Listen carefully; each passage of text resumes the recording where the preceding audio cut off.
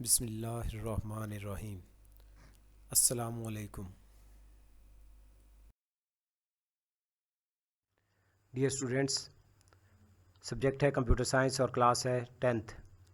ये हमारा lecture number 8 है और इसमें हम चैप्टर नंबर 1 का कुछ पोर्शन जो है वो पढ़ेंगे।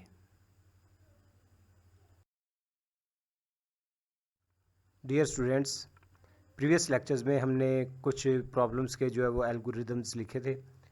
अब हम जो है इस लेक्चर में एक एल्गोरिदम लिखेंगे जो कि ऑड नंबर्स प्रिंट करेगा 1 से लेकर 100 तक। यानी कि हमने ये चीज़ डिस्प्ले करवानी है।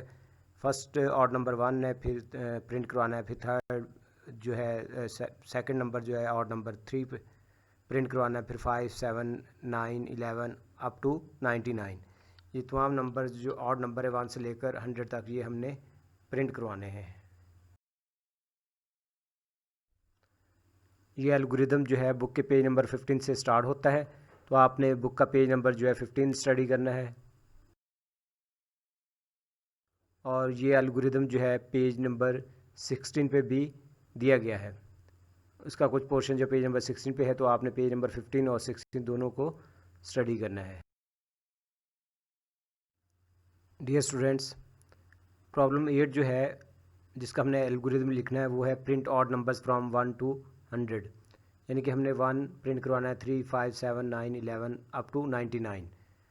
इस एल्गोरिदम के लिए हम प्लानिंग क्या करते हैं, इसमें इनपुट क्या होगा, रिक्वायर्ड आउटपुट क्या होगा और प्रोसेसिंग क्या होगी, ये हम देखते हैं। तो इसमें इनपुट क्या है, this problem has no input. इसमें इनपुट नहीं है, इस प्रॉब्लम में हमें इनपुट की ज़रूरत नहीं है।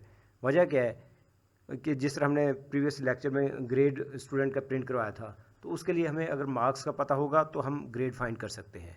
तो इसलिए हमें इनपुट चाहिए मार्क्स का मालूम पता होना चाहिए।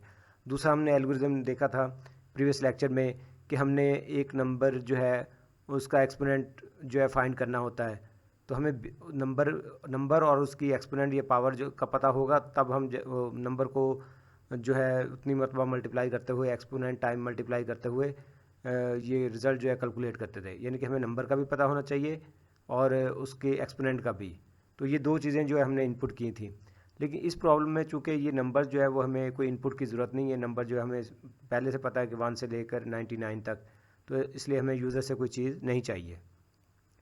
और इसका आउटपुट क्या होगा, आउटपुट ऑब्वियसली ये हमें चाहिए कि हमने प्रिंट करवाने नंबर 1 से लेकर 100 तक जो ऑड नंबर्स हैं उनको प्रिंट करवाना है। इसकी प्रोसेसिंग किस तरह होगी, इसको हम किस तरह फाइंड करेंगे। तो हम कोई एक वेरिएबल लेंगे और उसको जो स्टार्टिंग वैल्यू इस सीरीज़ की देंगे। इस सीरीज़ की स्टार्टिंग वैल्यू क्या है, 1। तो ये सीरीज़ 1 से शुरू हो रही है, तो हम उस वेरिएबल को जो स्टार्टिंग वैल्यू 1 देंगे और फिर उसको प्रिंट करवाएंगे।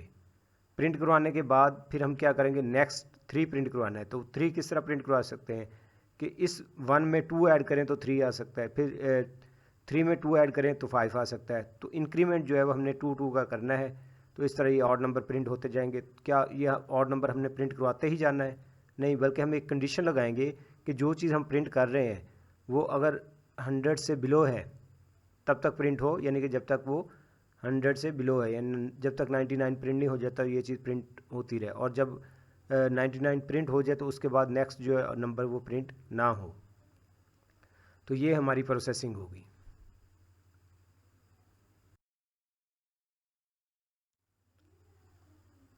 डियर स्टूडेंट्स, अब हम जो है वो एल्गोरिदम लिखते हैं टू प्रिंट 1, 3, 5, 7, 9 अप टू 99।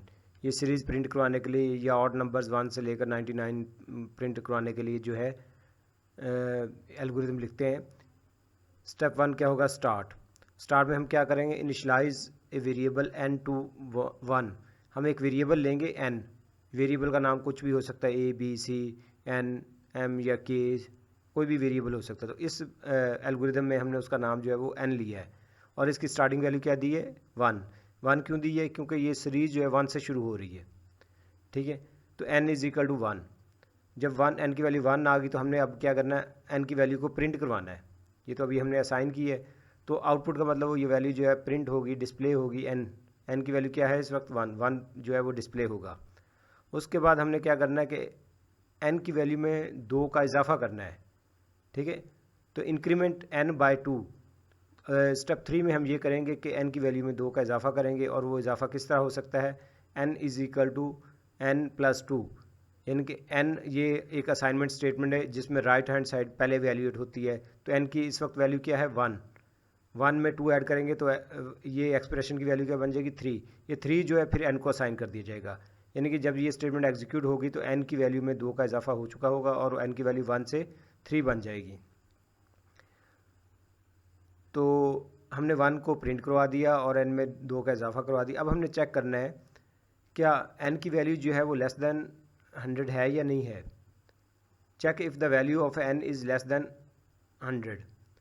तो इसके लिए हम इफ़ कंडीशन लगाएंगे। इफ़ में आपको पता है कि इफ़ के बाद कोई एक्सप्रेशन होता है जिसका रिजल्ट जो है ट्रू या फॉल्स हो सकता है। तो और इसके बाद देन स्टेटमेंट होती है। देन के बाद जो स्टेटमेंट होती है वो, अगर कंडीशन ये जो एक्सप्रेशन का रिजल्ट ट्रू होगा तो देन के बाद वाली स्टेटमेंट एग्जीक्यूट होगी, और अदरवाइज़ के बाद वाली स्टेटमेंट जो है उसको स्किप कर दिया जाए। ये पहले भी हम पढ़ चुके हैं, दोबारा इसको रिवाइज कर लेते हैं। और अगर इस एक्सप्रेशन का रिजल्ट जो है वो फॉल्स है तो देन के बाद वाली स्टेटमेंट को जो स्किप कर दिया जाता है और अदरवाइज़ के बाद वाली स्टेटमेंट को एग्जीक्यूट कर दिया जाता है। तो इसका मकसद ये है कि स्टेटमेंट जो देन के बाद है ये चलेगी या अदरवाइज़ के बाद वाली स्टेटमेंट ये चलेगी, ये डिपेंड करता है कंडीशन पे। अगर कंडीशन ट्रू है तो देन के बाद वाली स्टेटमेंट चलती है, और अगर कंडीशन फॉल्स है तो फिर अदरवाइज़ के बाद वाली स्टेटमेंट जो है वो एग्जीक्यूट होती है, चलती है। तो इस वक्त n की वैल्यू 3 है, तो if n is less then 3, तो n की वैल्यू 3 है, 3 is less than 100, condition true होगी तो क्या होगा, देन के बाद वाली स्टेटमेंट एग्जीक्यूट होगी। तो इसमें क्या कहा गया है हमें कि स्टेप 2 पे मूव करें। ठीक है, हम गो टू स्टेटमेंट क्या करती है, हमें स्टेप 2 पे ले जाती है, जो हमने मेंशन किया हुआ गो टू स्टेप 2 पे चले जाते हैं हम। स्टेप 2 में क्या है, आउटपुट n की वैल्यू प्रिंट करवाएं। तो इस वक्त n की वैल्यू क्या है, करंट वैल्यू जो है n की वो 3 है, जो इस स्टेटमेंट ने चेंज की थी। ये 3 प्रिंट होगा, जो दूसरा नंबर है, ये ऑड नंबर है। उसके बाद जो है n की वैल्यू में फिर जो है नेक्स्ट स्टेप एग्जीक्यूट होगा, स्टेप वो 2 के बाद स्टेप 3 आएगा। n की वैल्यू 3 में 3 प्लस 2 क्या हो जाएगी, 5। तो n की वैल्यू जो है अब 5 हो चुकी है। अब फिर दोबारा कंडीशन चेक की जाएगी। If 5 is less than 100, condition true है, 5 जो है 100 से कम बिलो है, यानी कि छोटा है, तो देन के बाद वाली स्टेटमेंट एग्जीक्यूट होगी। और इसमें बताया गया है कि गो टू स्टेप 2 पे जाएं। तो अब हम दोबारा स्टेप 2 पे आ जाते हैं। स्टेप 2 का काम जो होता है n की वैल्यू को प्रिंट करा, जो करंट वैल्यू है इसको प्रिंट करवाना। इस वक्त n की वैल्यू 5 है तो 5 को प्रिंट करवाया जाएगा। उसके बाद उसमें फिर 2 का नेक्स्ट स्टेटमेंट जो स्टेप है वो इसकी वैल्यू में 2 का इंक्रीमेंट कर देती है। तो n की वैल्यू 5 से 2 ऐड करेंगे तो 7 हो जाएगी। अब फिर दोबारा चेक किया जाएगा तो 7 is less than 100, condition true है। फिर गो टू स्टेटमेंट जो है हमें स्टेप 2 पे ले जाएगी, क्योंकि ये एग्जीक्यूट होगी तो ये फिर n की वैल्यू 7 प्रिंट की जाएगी। इस तरह फिर 9 होगी, फिर कंडीशन चेक की, ये प्रोसेस चलता रहेगा। जब n की वैल्यू 99 होगी तो 99 इज़ लेस दैन 100, कंडीशन जो है ट्रू है। तो गो टू स्टेटमेंट हमें स्टेप 2 पे वापस ले जाएगी। तो ये आउटपुट n की वैल्यू 99 प्रिंट होगी। उसके बाद n की वैल्यू में 2 का इंक्रीमेंट होगा, तो 99 प्लस 2 ये हो गया 101, यानी कि 101। अब दोबारा कंडीशन चेक की जाएगी, n इज़ लेस दैन 100 है, n की वैल्यू इस वक्त जो है 101 है, लेस दैन 100, तो ये कंडीशन क्या होगी, फॉल्स। जब ये कंडीशन फॉल्स हो जाती है तो आपको पता है देन के बाद वाली स्टेटमेंट एग्जीक्यूट नहीं होती, बल्कि कंट्रोल जो है वो अदरवाइज़ के बाद वाली स्टेटमेंट को एग्जीक्यूट करता है, ये इस पर ट्रांसफ़र हो जाता है। तो गो टू स्टेटमेंट क्या करेगी, अदरवाइज़ के बाद क्या कहा गया, गो टू स्टेप 5, कि स्टेप 5 पे चले जाएँ। तो हम नंबर जो है 1 से लेकर 99 तक प्रिंट कर चुके हैं, और अदरवाइज़ में क्या बताया गया, गो टू स्टेप 5। स्टेप 5 पे हम जाएंगे। स्टेप 5 में क्या बताया गया, स्टॉप। तो ये प्रोग्राम जो या एल्गोरिदम जो है ये टर्मिनेट हो जाता है। और इस तरह हमने देखा कि हमने 1 से लेकर 99 तक जो नंबर हैं वो प्रिंट हो गए, और आखिर में जो है इसके 100 से जो अबव नंबर थे वो प्रिंट नहीं हुए। तो इस तरह ये एल्गोरिदम जो है ये ख़त्म हो गया, स्टॉप हो गया। डियर स्टूडेंट्स, आपको चाहिए कि हमने इस लेक्चर में जो कुछ पढ़ा है उसको अच्छे तरीके से समझें और फिर याद करें। तो आज के लेक्चर का यहाँ पे इख्तिताम होता है। आप अपना ख्याल रखें, अपने वालिदैन का और अपने फैमिली के दूसरे मेंबर्स का ख्याल रखें। शुक्रिया। अल्लाह हाफिज़।